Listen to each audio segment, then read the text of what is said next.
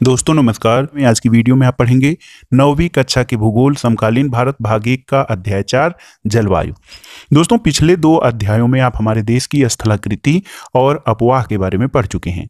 किसी क्षेत्र के प्राकृतिक पर्यावरण को समझने के लिए आवश्यक 3 मूल तत्वों में से 2 तत्व ये हैं, यानी स्थलाकृति और अपवाह। और इस अध्याय में आप तीसरे तत्व अर्थात हमारे देश की वायुमंडलीय व्यवस्था के बारे में पढ़ेंगे। हम दिसंबर में ऊनी वस्त्र क्यों पहनते हैं, मई का महीना गर्म और असुविधाजनक क्यों होता है और जून और जुलाई में वर्षा क्यों होती है, इन सभी प्रश्नों के उत्तर आपको भारत की जलवायु का अध्ययन करने पे पता चलेगा। आइए शुरू करते हैं। दोस्तों एक विशाल क्षेत्र में लंबे समयावधि यानी 30 वर्ष से अधिक में मौसम की अवस्थाओं और विविधताओं का कुल योग ही जलवायु है। तो जलवायु या क्लाइमेट किसे कहते हैं? तो एक विशाल क्षेत्र में लंबे समयावधि यानी 30 वर्ष से अधिक में मौसम की अवस्थाओं और विविधताओं का कुल योग जलवायु कहलाता है। मौसम एक विशेष समय में एक क्षेत्र के वायुमंडल की अवस्था को बताता है। मौसम जो है एक विशेष समय में एक क्षेत्र के वायुमंडल की अवस्था को बताता है, जबकि जलवायु जो है एक विशाल क्षेत्र में लंबे समयावधि में मौसम की अवस्थाओं और विविधताओं का योग होता है। दोस्तों मौसम और जलवायु के तत्व जैसे तापमान, वायुमंडलीय दाब, पवन, आर्द्रता और वर्षा एक ही होते हैं। और आपने ये अवश्य ध्यान दिया होगा कि मौसम की अवस्था प्रायः एक दिन में कई बार बदलती है, लेकिन कुछ सप्ताह महीनों तक वायुमंडलीय अवस्था लगभग एक समान बनी रहती है। जैसे दिन गर्म या ठंडे, हवादार या शांत, आसमान बादलों से घिरा या साफ और आर्द्र या शुष्क हो सकते हैं। और महीनों के औसत वायुमंडलीय अवस्था के आधार पर वर्ष को ग्रीष्म, शीत या वर्षा ऋतुओं में विभाजित किया गया है। दोस्तों पूरे विश्व को अनेक जलवायु प्रदेशों में यानी क्लाइमेट रीजन्स में बांटा गया है। क्लाइमेट जोन दोस्तों विश्व को अनेक जलवायु प्रदेशों में बांटा गया है। और क्या आपको पता है कि भारत की जलवायु कैसी है और ऐसा क्यों है? इस संबंध में आइए विस्तार से जानते हैं। तो देखिए यहाँ पर मानसून शब्द की व्युत्पत्ति अरबी भाषा के मौसम से हुई है। इसका शाब्दिक अर्थ होता है मौसम। दोस्तों मानसून का अर्थ एक वर्ष के दौरान वायु की दिशा में ऋतु के अनुसार परिवर्तन, इसको मानसून कहा जाता है। विश्व को अनेक जलवायु क्षेत्रों में बांटा गया है। तो भारत की जो जलवायु है इसको मानसूनी जलवायु कहा जाता है। और एशिया में इस प्रकार की जलवायु मुख्यतः दक्षिण और दक्षिण पूर्व एशिया में पाई जाती है। सामान्य प्रतिरूप में लगभग एक रूपता होते हुए भी देश की जलवायु अवस्था में स्पष्ट प्रादेशिक भिन्नताएं होती हैं। आइए हम 2 तत्व तापमान और वर्षण को लेकर देखें कि एक स्थान से दूसरे स्थान और एक मौसम से दूसरे मौसम में इनमें किस प्रकार से भिन्नता या परिवर्तन होता है। देखिए गर्मियों के मौसम में राजस्थान के मरुस्थल में कुछ स्थानों का तापमान 50 डिग्री सेंटीग्रेड तक पहुंच जाता है, जबकि जम्मू कश्मीर के पहलगाम का तापमान लगभग 20 डिग्री सेंटीग्रेड रहता है। और सर्दी की रात में जम्मू कश्मीर में द्रास का तापमान -45 डिग्री सेंटीग्रेड तक हो जाता है, जबकि तिरुवनंतपुरम में यह 22 डिग्री सेंटीग्रेड हो सकता है। दोस्तों कुछ क्षेत्रों में रात और दिन के तापमान में बहुत अधिक अंतर होता है। थार के मरुस्थल में दिन का तापमान 50 डिग्री सेंटीग्रेड तक हो सकता है, जबकि उसी रात यह नीचे गिरकर 15 डिग्री सेंटीग्रेड तक पहुंच सकता है। दूसरी ओर केरल या अंडमान और निकोबार में दिन और रात का तापमान लगभग बराबर रहता है, इसलिए इसकी जलवायु को समजलवायु कहा जाता है। तो ये तो रही बात तापमान की। वर्षण की ओर ध्यान दें तो वर्षण या वर्षा के रूप और प्रकार में ही नहीं बल्कि इसकी मात्रा और ऋतु के अनुसार वितरण में भी अलग अलग विभिन्नता पाई जाती है। हिमालय में वर्षण जो होता है अधिकतम हिम के रूप में होता है और देश के शेष भागों में ये वर्षा के रूप में होता है। दोस्तों वार्षिक वर्षण में भिन्नता मेघालय में देखिए तो 400 सेंटीमीटर से लेकर लद्दाख और पश्चिमी राजस्थान में यह 10 सेंटीमीटर से भी कम होती है।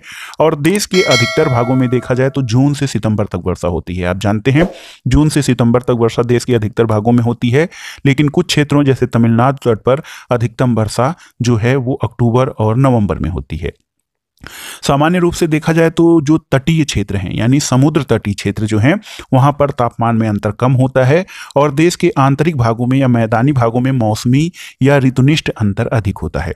उत्तरी मैदान में वर्षा की मात्रा सामान्यतः पूरब से पश्चिम की ओर घटती है, यानी पूरब से बंगाल से असम से लेकर राजस्थान की ओर वर्षा की मात्रा घटती जाती है। और ये विभिन्नताएं लोगों के जीवन में भी विभिन्नता लाती हैं। ये सब विभिन्नता भोजन, वस्त्र और घरों के प्रकार में भी दिखाई देती है। दोस्तों राजस्थान में घरों की दीवारें मोटी और छत चपटी होती है। तराई क्षेत्रों में गोवा और मंगलौर में ढाल वाली छतें होती हैं। असम में प्रायः कुछ घर बांस के खंभों पर बनाए जाते हैं। तो ऐसा क्यों होता है? ऐसा तापमान और वर्षण के कारण होता है। राजस्थान में घरों की दीवार मोटी और छत चपटी इसलिए बनाई जाती है कि दिन के समय का जो टेम्परेचर है उसका अधिक असर न पड़े और रात के समय टेम्परेचर बहुत कम न हो। और तराई क्षेत्रों और गोवा और मंगलौर में ढाल वाली छतें इसलिए बनाई जाती हैं क्योंकि अत्यधिक वर्षा होने के कारण वो आसानी से पानी बह जाए। दूसरी चीज, जलवायु नियंत्रण क्या होता है? तो दोस्तों, किसी भी क्षेत्र की जलवायु को नियंत्रित करने वाले 6 कारक होते हैं। उसमें जो प्रमुख हैं अक्षांश, तुंगता यानी ऊंचाई, वायुदाब और पवन तंत्र, समुद्र से दूरी, महासागरीय धाराएं और उच्चावच लक्षण। तो ये जो 6 कारक होते हैं ये जलवायु के नियंत्रित करने वाले कारक होते हैं। दोस्तों, पृथ्वी की गोलाई के कारण इसे प्राप्त जो सौर ऊर्जा है उसकी मात्रा अक्षांशों के अनुसार अलग अलग होती है। देखिए, विषुवत वृत्त से ध्रुवों की ओर जो है सामान्य रूप से तापमान घटता जाता है और जब कोई व्यक्ति पृथ्वी की सतह से ऊंचाई की ओर जाता है तो वायुमंडल की सघनता भी कम हो जाती है और तापमान घटता है। पहाड़ियां गर्मी के मौसम में भी इसी कारण से ठंडी होती हैं और किसी भी क्षेत्र में वायु का दाब पवन तंत्र जो है उस स्थान के अक्षांश और ऊंचाई पर निर्भर करती है। इस प्रकार ये तापमान और वर्षा के वितरण को प्रभावित करता है और समुद्र का जलवायु पर समकारी प्रभाव पड़ता है। जैसे जैसे समुद्र से दूरी बढ़ती है यह प्रभाव कम होता जाता है। दोस्तों, लोग विषम मौसमी स्थितियों को महसूस करते हैं और इसे महाद्वीपीय अवस्था यानी गर्मी में बहुत अधिक गर्म होती है और सर्दी में बहुत अधिक ठंडा होता है, ऐसा कहा जाता है। इसके अलावा जो महासागरीय धाराएं हैं या ओशियन करेंट्स होती हैं ये समुद्र से तट की ओर चलने वाली हवाओं के साथ तटीय क्षेत्रों की जलवायु को प्रभावित करती हैं। जैसे कोई भी तटीय क्षेत्र जहां गर्म और ठंडी जलधाराएं बहती हैं वहां पर वायु की दिशा समुद्र से तट की ओर हो तो वह तट गर्म या ठंडा हो जाता है। दोस्तों, विश्व के अधिकतर मरुस्थल जो है उपोष्णकटिबंधीय भागों में महाद्वीपों के पश्चिमी किनारे पर स्थित होते हैं। और अंत में देखा जाए तो जो छठा कारक है किसी स्थान की जलवायु को निर्धारित करने में उच्चावच भी महत्वपूर्ण होता है। ऊंचे पर्वत ठंडे और गर्म वायु को अवरोधित करते हैं। यदि उनकी ऊंचाई इतनी अधिक हो कि वे वर्षा लाने वाली वायु के रास्तों को रोकने में सक्षम हो तो ये उस क्षेत्र में वर्षा का कारण बनते हैं। और पर्वतों के पवन विमुख ढाल अपेक्षाकृत सूखे होते हैं और वहां पर वर्षा नहीं होती है। अब आइए जानते हैं दोस्तों, भारत की जलवायु को प्रभावित करने वाले प्रमुख कारक कौन कौन से हैं। तो सबसे पहला कारक है अक्षांश। जलवायु को प्रभावित करने वाले कारकों में अक्षांश बहुत ही महत्वपूर्ण है और भारत की जलवायु को भी प्रभावित करने में अक्षांश की भूमिका है। दोस्तों, कर्क वृत्त देश के मध्य भाग पश्चिम में कच्छ के रण से लेकर पूरब में मिजोरम से होकर गुजरती है और देश का लगभग आधा भाग कर्क वृत्त के दक्षिण में है जो उष्णकटिबंधीय क्षेत्र है और कर्क वृत्त के उत्तर में स्थित जो शेष भाग है वो उपोष्णकटिबंधीय है। इसलिए भारत की जलवायु में उष्णकटिबंधीय जलवायु और उपोष्णकटिबंधीय जलवायु दोनों की विशेषताएं उपस्थित होती हैं। दूसरा कारक है भारत की जलवायु को प्रभावित करने वाला ऊंचाई। तो भारत के उत्तर में हिमालय पर्वत है, इसकी औसत ऊंचाई 6000 मीटर है और भारत का तटीय क्षेत्र भी विशाल है। यहाँ अधिकतम ऊंचाई लगभग 30 मीटर है और हिमालय जो है वो मध्य एशिया से आने वाली ठंडी हवाओं को भारतीय उपमहाद्वीप में प्रवेश करने से रोकता है और इन्हीं पर्वतों के कारण इस क्षेत्र में मध्य एशिया की तुलना में जो है ठंड कम पड़ती है। वायु दाब और पवन। तो दोस्तों, भारत में जलवायु संबंधी मौसमी अवस्थाएं वायुमंडलीय अवस्थाओं से संचालित होती हैं जिसमें वायु दाब और धरातली पवनें हैं, ऊपरी वायु परिसंचरण है और पश्चिमी चक्रवाती विक्षोभ और उष्णकटिबंधीय चक्रवात है। दोस्तों, भारत उत्तर पूर्वी व्यापारिक पवनों वाले क्षेत्र में स्थित है। ये पवनें उत्तरी गोलार्ध के उपोष्णकटिबंधीय उच्च दाब पेटियों से उत्पन्न होती हैं और ये दक्षिण की ओर बहती हैं। कोरियालिस बल के कारण दाहिनी ओर विक्षेपित होकर विषुवतीय निम्न दाब वाले क्षेत्रों की ओर बढ़ती हैं और सामान्यतः इन पवनों में नमी की मात्रा बहुत कम होती है क्योंकि ये स्थलीय भागों पर उत्पन्न होती हैं और बहती हैं। इसलिए इन पवनों के द्वारा वर्षा कम या फिर नहीं होती है और इस प्रकार भारत को शुष्क क्षेत्र होना चाहिए, लेकिन ऐसा नहीं है। ऐसा क्यों है तो इसके बारे में आइए जानते हैं। दोस्तों, भारत की वायुदाब और पवन तंत्र अद्वितीय है। शीत ऋतु में क्या होता है, हिमालय के उत्तर में उच्च दाब होता है। इस क्षेत्र की ठंडी शुष्क हवाएं दक्षिण में निम्न दाब वाले महासागरीय क्षेत्र के ऊपर बहती हैं। और गर्मी की ऋतु में क्या होता है, आंतरिक एशिया और उत्तर पूर्वी भारत के ऊपर निम्न दाब का क्षेत्र होता है जिसके कारण गर्मी के दिनों में वायु की दिशा पूरी तरह से परिवर्तित हो जाती है। वायु दक्षिण में स्थित हिंद महासागर के उच्च दाब वाले क्षेत्र से दक्षिण पूर्वी दिशा में बहते हुए विषुवत वृत्त को पार कर दाहिनी ओर मुड़ते हुए भारतीय उपमहाद्वीप पर स्थित निम्न दाब की ओर बहने लगती है और इन्हें जो है दक्षिण पश्चिमी मानसून पवनों के नाम से जाना जाता है। और ये पौने कोस्ट महासागरों के ऊपर से बहती हैं, नमी ग्रहण करती हैं और भारत की मुख्य भूमि पर वर्षा करती हैं। इस प्रदेश में ऊपरी वायु परिसंचरण पश्चिमी प्रवाह के प्रभाव में रहता है और इस प्रवाह का एक मुख्य घटक जेट धारा है। जेट धाराएं क्या हैं? तो जेट धाराएं लगभग 27 डिग्री से 30 डिग्री उत्तरी अक्षांशों के बीच स्थित होती हैं। इस कारण इन्हें उपोष्ण कटिबंधी पश्चिमी जेट धाराएं कहा जाता है। भारत में ये जेट धाराएं ग्रीष्म ऋतु को छोड़कर पूरे वर्ष हिमालय के दक्षिण में प्रवाहित होती हैं और पश्चिम प्रवाह के द्वारा जो है देश के उत्तर और उत्तरी पश्चिमी भाग में पश्चिमी चक्रवाती विक्षोभ आते हैं। गर्मियों में सूर्य की आभासी गति के साथ ही उपोष्ण कटिबंधी पश्चिमी जेट धारा हिमालय के उत्तर में चली जाती है और होता यह है कि एक पूर्वी जेट धारा जिसे उपोष्ण कटिबंधी पूर्वी जेट धारा कहा जाता है, ये गर्मी के महीनों में प्रायद्वीपीय भारत के ऊपर लगभग 14 डिग्री उत्तरी अक्षांश में प्रवाहित होती है। यहाँ पे आइए देखते हैं कोरियालिस बल किसे कहा जाता है। दोस्तों, पृथ्वी के घूर्णन के कारण उत्पन्न आभासी बल को कोरियालिस बल कहा जाता है और इस बल के कारण पौने उत्तरी गोलार्ध में अपनी दाहिनी ओर और दक्षिणी गोलार्ध में बाईं ओर विक्षेपित हो जाती हैं। इसे फेरेल का नियम भी कहा जाता है। जेट धारा क्या होती है? तो जेट धारा एक सकरी पट्टी में स्थित क्षोभ मंडल में अत्यधिक ऊंचाई यानी 12,000 मीटर से अधिक वाली पश्चिमी हवाएं होती हैं और इनकी गति गर्मी में 110 किलोमीटर प्रति घंटा और सर्दी में 184 किलोमीटर प्रति घंटा तक होती है। और बहुत सी अलग अलग जेट धाराओं को पहचाना गया है। इनमें सबसे स्थिर मध्य अक्षांशी और उपोष्ण कटिबंधी जेट धाराएं होती हैं। पश्चिमी चक्रवाती विक्षोभ क्या होता है? तो दोस्तों, सर्दी के महीनों में उत्पन्न होने वाला पश्चिमी चक्रवाती विक्षोभ भूमध्य सागरीय क्षेत्र से आने वाले पश्चिमी प्रवाह के कारण होता है। ये प्रायः भारत के उत्तर और उत्तर पश्चिमी क्षेत्रों को प्रभावित करते हैं।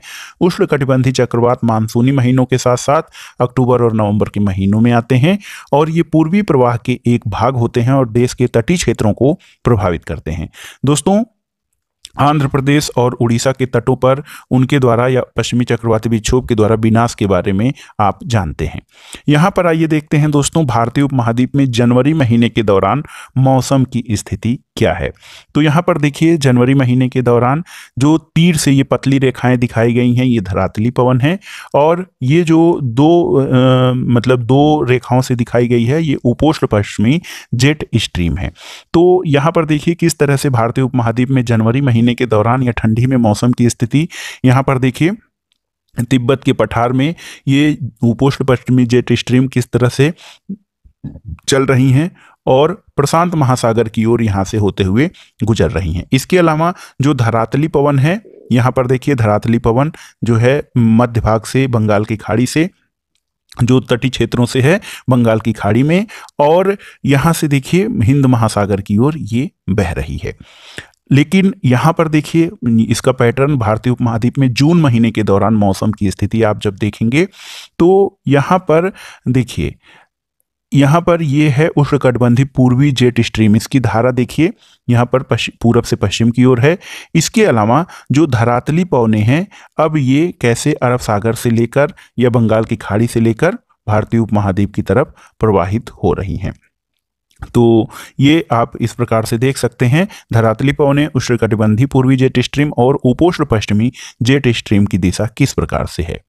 आइए जानते हैं दोस्तों भारतीय मानसून के बारे में। भारत की जलवायु मानसूनी पवनों से बहुत अधिक प्रभावित है और ऐतिहासिक काल में भारत आने वाले नाविकों ने सबसे पहले मानसून परिघटना पर ध्यान दिया था। पवन तंत्र की दिशा उलट जाने या उत्क्रमण के कारण उन्हें लाभ हुआ। चूंकि उनके जहाज पवन के प्रवाह की दिशा पर निर्भर थे, तो अरबवासी जो व्यापारियों की तरह भारत आए थे, उन लोगों ने पवन तंत्र के इस मौसमी उत्क्रमण को मानसून नाम दिया था। तो मानसून अरबी भाषा का शब्द है जिसका अर्थ मौसम होता है। यहाँ पर देखिए मानसून के आगमन की एक झलकी या चित्र के रूप में यहाँ पर दी गई है। दोस्तों, मानसून का प्रवाह उष्णकटिबंधी क्षेत्रों में लगभग 20 डिग्री उत्तर से 20 डिग्री दक्षिण के बीच में रहता है और मानसून की प्रक्रिया को समझने के लिए कुछ तथ्य जानना बहुत ही महत्वपूर्ण है। पहला है कि स्थल और जल के गर्म और ठंडे होने की विभेदी प्रक्रिया के कारण भारत के स्थल भाग पर निम्न दाब का क्षेत्र उत्पन्न होता है, जबकि इसके आसपास के समुद्रों के ऊपर उच्च दाब का क्षेत्र बनता है।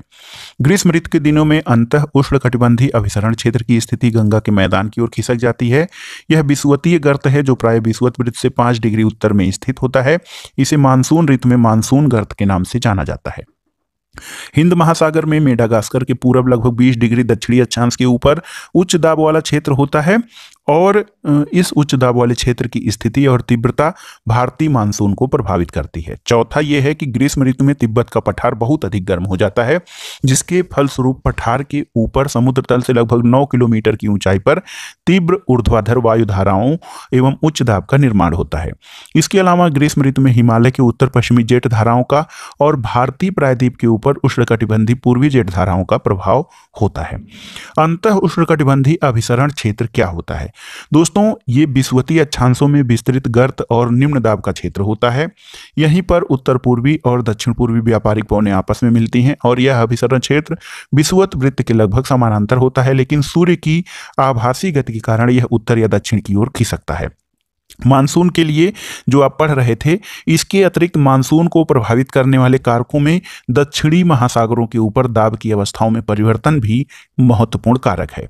सामान्य रूप से जब दक्षिण प्रशांत महासागर के उष्णकटिबंधीय पूर्वी भाग में उच्च दाब होता है, तब हिंद महासागर के उष्णकटिबंधीय पूर्वी भाग में निम्न दाब होता है। लेकिन कुछ विशेष वर्षों में वायु दाब की स्थिति विपरीत भी हो जाती है और पूर्वी प्रशांत महासागर के ऊपर हिंद महासागर की तुलना में निम्न दाब का क्षेत्र बन जाता है। दाब की अवस्था में इसे नियतकालिक परिवर्तन को दक्षिणी दोलन के नाम से जाना जाता है।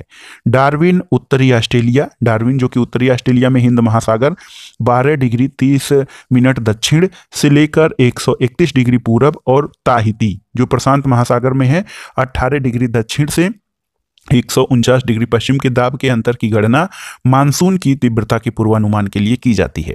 दोस्तों, अगर दाब का अंतर ऋणात्मक होता है, दाब का अंतर अगर ऋणात्मक है तो इसका अर्थ होगा कि औसत से कम और विलंब से आने वाला मानसून। एल नीनो जो है दक्षिणी दोलन से जुड़ा हुआ एक लक्षण है। एल नीनो एक गर्म समुद्री जलधारा है जो पेरू की ठंडी जलधारा के स्थान पर प्रत्येक 2 वर्ष से 5 वर्ष के अंतराल पर प्रकट होकर पेरू तट से बहती है और दाब की अवस्था में परिवर्तन का संबंध एल नीनो से होता है। इसलिए इस घटना को एनसो यानी ENSO एल नीनो दक्षिणी दोलन कहा जाता है। एल नीनो के बारे में शॉर्ट में जान लेते हैं तो ठंडी पेरू जलधारा के स्थान पर अस्थायी तौर पर गर्म जलधारा विकास को एल नीनो नाम दिया गया है। एल नीनो एक स्पेनिश शब्द है, इसका अर्थ होता है बच्चा, जो कि बेबी क्राइस्ट को व्यक्त करता है क्योंकि यह धारा क्रिसमस के समय बहना शुरू करती है और एल नीनो की उपस्थिति जो है समुद्र की सतह के तापमान को बढ़ा देती है और उस क्षेत्र में व्यापारिक पवनों को शिथिल कर देती है। अब आइए जानते हैं मानसून का आगमन और वापसी। दोस्तों, व्यापारिक पवन या ट्रेड विंड्स जो होती हैं उनके विपरीत मानसूनी पवनें नियमित नहीं होती हैं, लेकिन ये स्पंदमान प्रकृति की होती हैं। उष्णकटिबंधीय समुद्रों के ऊपर प्रवाह के दौरान ये विभिन्न वायुमंडलीय अवस्थाओं से प्रभावित होती हैं। मानसून का जो सामान्य समय है जून से लेकर मध्य सितंबर तक 100 से 120 दिनों के बीच होता है। तो मानसून का समय जून से सितंबर तक 100 से 120 दिन यानी 3 महीने से लेकर 3.5-4 महीने तक का होता है। इसके आगमन के समय सामान्य वर्षा में अचानक वृद्धि हो जाती है और लगातार कई दिनों तक यह जारी रहती है। इसे मानसून प्रस्फोट या मानसून का फटना कहा जाता है। दोस्तों, मानसून पूर्व बौछारों से इसे पृथक किया जा सकता है। सामान्य रूप से जून के प्रथम सप्ताह में मानसून भारतीय प्रायद्वीप के दक्षिणी छोर से प्रवेश करता है। ये चीजें बहुत ही ध्यान से आप पढ़िएगा, समझिएगा, सुनिएगा। दोस्तों, जून के प्रथम सप्ताह में मानसून जो है वो क्या होता है कि जून के प्रथम सप्ताह में मानसून भारतीय प्रायद्वीप के दक्षिणी छोर से प्रवेश करता है। इसके बाद ये 2 भागों में बंट जाता है, अरब शाखा और बंगाल की खाड़ी शाखा। अरब शाखा लगभग 10 दिन बाद 10 जून के आसपास क्या होता है कि अरब शाखा लगभग 10 दिन बाद 10 जून के आसपास बंबई पहुंचती है। देखिए, बहुत ही महत्वपूर्ण है। अरब शाखा और बंगाल की खाड़ी 2 प्रकार के मानसून होते हैं। अरब सागर शाखा 10 दिन के बाद 10 जून के आसपास मुंबई पहुंचती है। यह एक तीव्र प्रगति होती है और बंगाल की खाड़ी की शाखा भी तीव्रता से आगे बढ़ती है और जून के प्रथम सप्ताह में असम पहुंच जाती है। ऊंचे पर्वतों के कारण मानसून पवनें पश्चिम में गंगा के मैदान की ओर मुड़ जाती हैं और मध्य जून तक अरब सागर शाखा सौराष्ट्र, कच्छ और देश के मध्य भागों में पहुंच जाती है। अरब शाखा और बंगाल की खाड़ी शाखा दोनों गंगा के मैदान के उत्तर पश्चिम भाग में आपस में मिल जाती हैं और दिल्ली में देखा जाए तो सामान्यतः मानसूनी वर्षा बंगाल की खाड़ी शाखा से जून के अंतिम सप्ताह में लगभग 29 जून तक होती है और जुलाई के प्रथम सप्ताह तक मानसून पश्चिमी उत्तर प्रदेश, पंजाब, हरियाणा और पूर्वी राजस्थान में पहुंच जाता है और मध्य जुलाई तक मानसून हिमाचल प्रदेश और देश के शेष हिस्सों में पहुंच जाता है। तो आपने देखा मानसून किस तरह से शुरू होता है और कब तक देश के पूरे हिस्से में पहुंचता है। दोस्तों, मानसून की वापसी जो होती है ये एक अपेक्षाकृत क्रमिक प्रक्रिया है। भारत के उत्तर पश्चिमी राज्यों से सितंबर में मानसून की वापसी शुरू हो जाती है। मध्य अक्टूबर तक मानसून प्रायद्वीप के उत्तरी भाग से पीछे हट जाता है और प्रायद्वीप के दक्षिणी आधे भाग में वापसी की गति जो है वो तीव्र होती है। दिसंबर के प्रारंभ तक देश के शेष भाग से मानसून वापस हो जाता है। दोस्तों, द्वीप या आइलैंड जो है वहां पर मानसून की सबसे पहली वर्षा होती है। ये क्रमशः दक्षिण से उत्तर की ओर अप्रैल के अंतिम सप्ताह से लेकर मई के प्रथम सप्ताह तक होती है। मानसून की वापसी भी दिसंबर के प्रथम सप्ताह से जनवरी के प्रथम सप्ताह तक उत्तर से दक्षिण की ओर होती है और इस समय देश का शेष भाग शीत ऋतु के प्रभाव में होता है। अब जानते हैं ऋतुओं के बारे में। दोस्तों, मानसूनी जलवायु जो है उसकी एक विशेषता एक विशिष्ट मौसमी प्रतिरूप होता है। एक ऋतु से दूसरे ऋतु में मौसम की अवस्थाओं में बहुत अधिक परिवर्तन होता है। जैसे देश के आंतरिक भागों में ये परिवर्तन अधिक मात्रा में होते हैं और तटीय क्षेत्रों में क्या है, तापमान में बहुत अधिक भिन्नता नहीं होती है, वहां पे सम जलवायु पाई जाती है। लेकिन यहाँ वर्षा के प्रारूप में भिन्नता तटीय क्षेत्रों में पाई जाती है। दोस्तों, आप अपने क्षेत्र में कितने प्रकार की ऋतुओं का अनुभव करते हैं? तो भारत में मुख्यतः 4 ऋतुओं को पहचाना जा सकता है: शीत ऋतु, ग्रीष्म ऋतु, कुछ क्षेत्रीय विविधताओं के साथ मानसून के आगमन और उसकी वापसी का काल। तो आइए सभी ऋतुओं के बारे में शार्ट में देखते हैं। शीत ऋतु क्या है? तो उत्तरी भारत में शीत ऋतु मध्य नवंबर से आरंभ होकर फरवरी तक रहती है। इस समय मौसम ठंडा होता है। भारत के उत्तरी भाग में क्या होता है कि दिसंबर और जनवरी सबसे ठंडे महीने होते हैं। तापमान दक्षिण से उत्तर की ओर बढ़ने पर घटता जाता है। जब हम दक्षिण से उत्तर की ओर जाते हैं तो तापमान घटता है और पूर्वी तट पर चेन्नई का औसत तापमान 24 डिग्री सेल्सियस से 25 डिग्री सेल्सियस के बीच होता है, जबकि उत्तरी मैदान में यह 10 डिग्री सेल्सियस से 15 डिग्री सेल्सियस के बीच होता है। दिन गर्म और रातें ठंडी होती है और उत्तर में तुषारपात या ओस गिरता है और हिमालय के ऊपरी ढालों पर हिमपात भी होता है। शीत ऋतु में देश में उत्तर पूर्वी व्यापारिक पवनें प्रवाहित होती हैं और ये स्थल से समुद्र की ओर बहती हैं, इसलिए देश के अधिकतर भाग शुष्क मौसम होते हैं और इन पवनों के कारण कुछ मात्रा में वर्षा तमिलनाडु के तट पर होती है, क्योंकि यहाँ ये पवनें समुद्र से स्थल की ओर बहती हैं। इसीलिए कहा जाता है कि तमिलनाडु में जाड़ों में वर्षा होती है। देश के उत्तरी भाग में एक कमजोर उच्च दाब का क्षेत्र बन जाता है, जिसमें हल्की पवनें इस क्षेत्र से बाहर की ओर प्रवाहित होती हैं। उच्चावच से प्रभावित होकर ये पवन पश्चिमी और उत्तर पश्चिमी गंगा घाटी में बहती हैं। सामान्यतः इस मौसम में आसमान साफ होता है, तापमान और आर्द्रता कम होती है तथा पवनें शिथिल और परिवर्तित होती हैं। शीत ऋतु में उत्तरी मैदानों में पश्चिम और उत्तर पश्चिम से चक्रवाती विक्षोभ का अंतर्वाह विशेष लक्षण है। एक कम दबाव वाली प्रणाली भूमध्य सागर और पश्चिम एशिया के ऊपर उत्पन्न होती है और पश्चिमी पवनों के साथ भारत में प्रवेश करती है। दोस्तों, इसके कारण क्या होता है कि शीतकाल में मैदानी वर्षा होती है और पर्वतों पर हिमपात होता है, जिसकी उस समय बहुत अधिक आवश्यकता होती है। शीतकाल में वर्षा, जिसे स्थानीय तौर पर महावट कहा जाता है, इसकी कुल मात्रा कम होती है, लेकिन ये रबी फसलों के लिए बहुत ही महत्वपूर्ण होती हैं। प्रायद्वीपीय भागों में शीत ऋतु स्पष्ट नहीं होती है।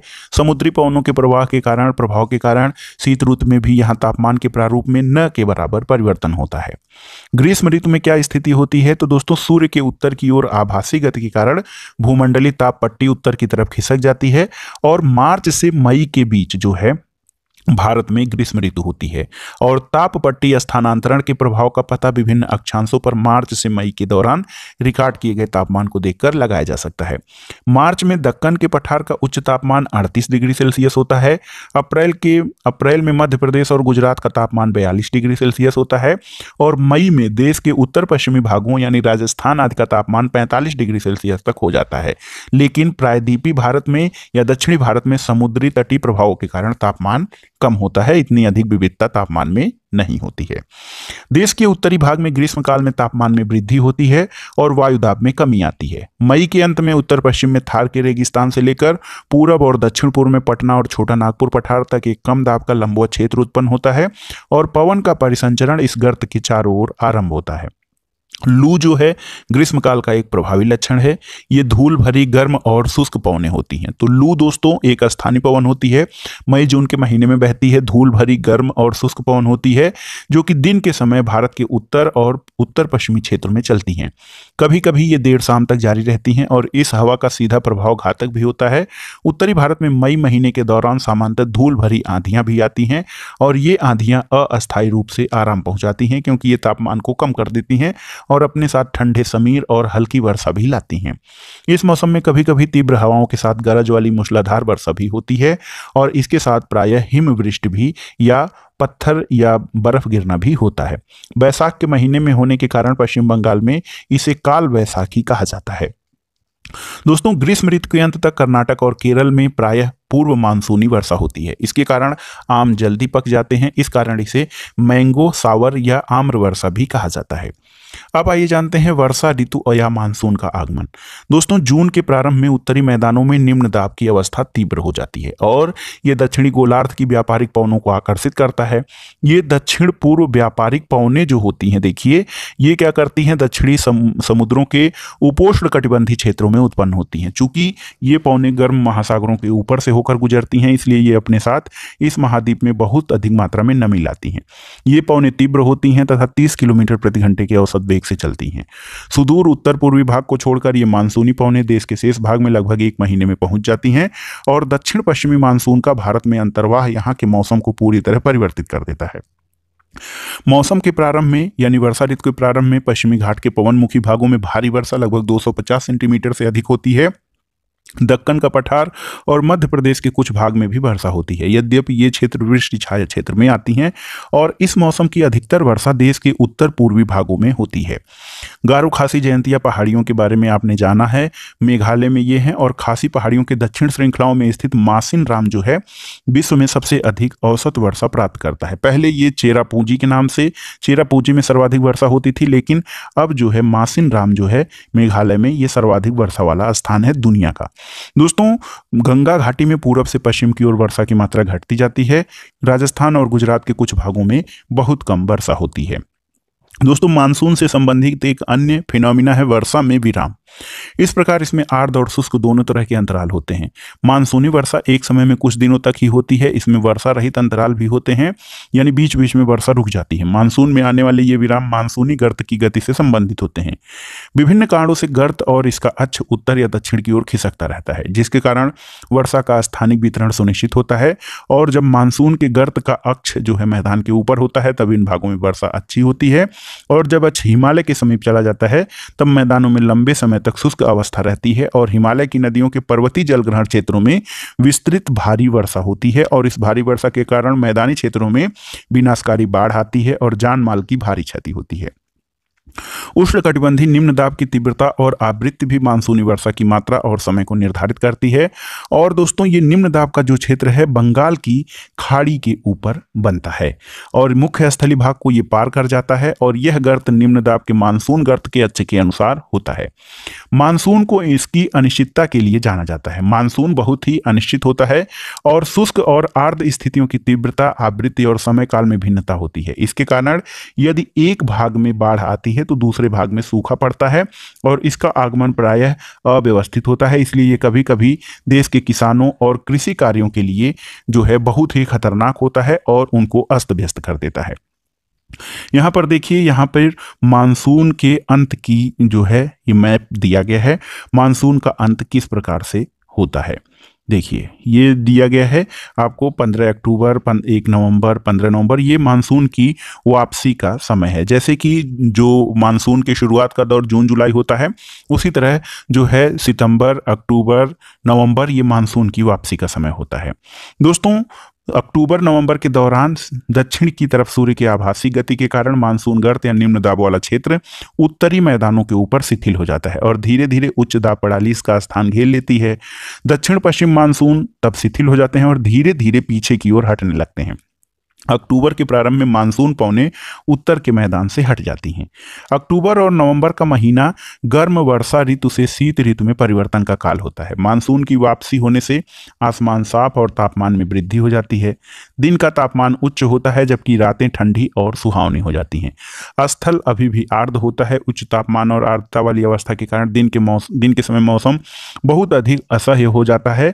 इसे सामान्यतः क्वार की उमस के नाम से जाना जाता है। अक्टूबर के उत्तरार्ध में विशेषकर उत्तरी भारत में तापमान तेजी से गिरने लगता है।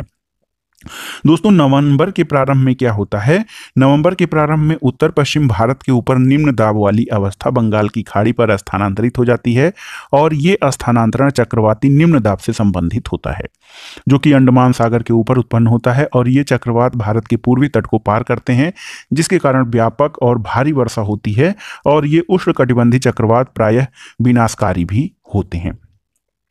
इसके अलावा दोस्तों ये देखिए यहाँ पर डिवेस्टेड बाई डेल्यूग और after 2 days of beating cold सनशाइंस expect A ballistic winter after western wind are in a day Mumbai want forget. देखिए ये किस तरह से घटनाएं जो हैं छपी हुई हैं। दोस्तों इसके अलावा देखिए गोदावरी, कृष्णा और कावेरी नदियों के सघन आबादी वाले डेल्टा प्रदेशों में अक्सर जो है चक्रवात आते रहते हैं, अक्सर चक्रवात आते हैं और होता ये है कि जिसके कारण बड़े पैमाने पर, चक्रवातों के कारण बड़े पैमाने पर जान माल की क्षति होती है। कभी कभी ये चक्रवात उड़ीसा, पश्चिम बंगाल और बांग्लादेश के तटीय क्षेत्रों में भी पहुंच जाते हैं और कोरोमंडल तट पर अधिकतम वर्षा जो है इन्हीं के कारण, चक्रवातों के कारण होती है। अब आइए देखते हैं वर्षा का वितरण। दोस्तों पश्चिमी तट के भागों और उत्तर पूर्वी भागों में 400 सेंटीमीटर वार्षिक वर्षा होती है, लेकिन पश्चिमी राजस्थान के और इससे सटे पंजाब, हरियाणा और गुजरात के भागों में 60 सेंटीमीटर से भी कम वर्षा होती है। दक्षिण पठार के आंतरिक भागों में और सह्याद्री के पूरब में भी वर्षा की मात्रा समान रूप से कम होती जाती है। इन क्षेत्रों में वर्षा की मात्रा कम क्यों होती है? दोस्तों जम्मू कश्मीर के लेह में भी वर्षा की मात्रा काफी कम होती है और देश के शेष हिस्से में वर्षा की मात्रा मध्यम रहती है। हिमपात हिमालयी क्षेत्रों तक ही सीमित होता है। मानसून की प्रकृति के परिणाम स्वरूप एक वर्ष से दूसरे वर्ष होने वाले वार्षिक वर्षा की मात्रा में भी भिन्नता होती है। वर्षा की विषमता क्या है? निम्न वर्षा वाले क्षेत्र जैसे कि राजस्थान, गुजरात के कुछ भाग और पश्चिमी घाटों के वृष्टि छाया प्रदेशों में अधिक पाई जाती है। इसलिए अधिक वर्षा वाले क्षेत्रों में बाढ़ अधिक आती है और कम वर्षा वाले क्षेत्रों में सूखे की संभावना बनी रहती है। लेकिन दोस्तों मानसून जो है वो एकता का परिचायक है। पहले ही पढ़ चुके हैं आप कि हिमालय अत्यंत ठंडी पवनों से भारतीय उपमहाद्वीप की रक्षा करता है। इसके कारण अपेक्षाकृत उच्च अक्षांशों के बावजूद उत्तरी भारत में निरंतर ऊंचा तापमान बना रहता है।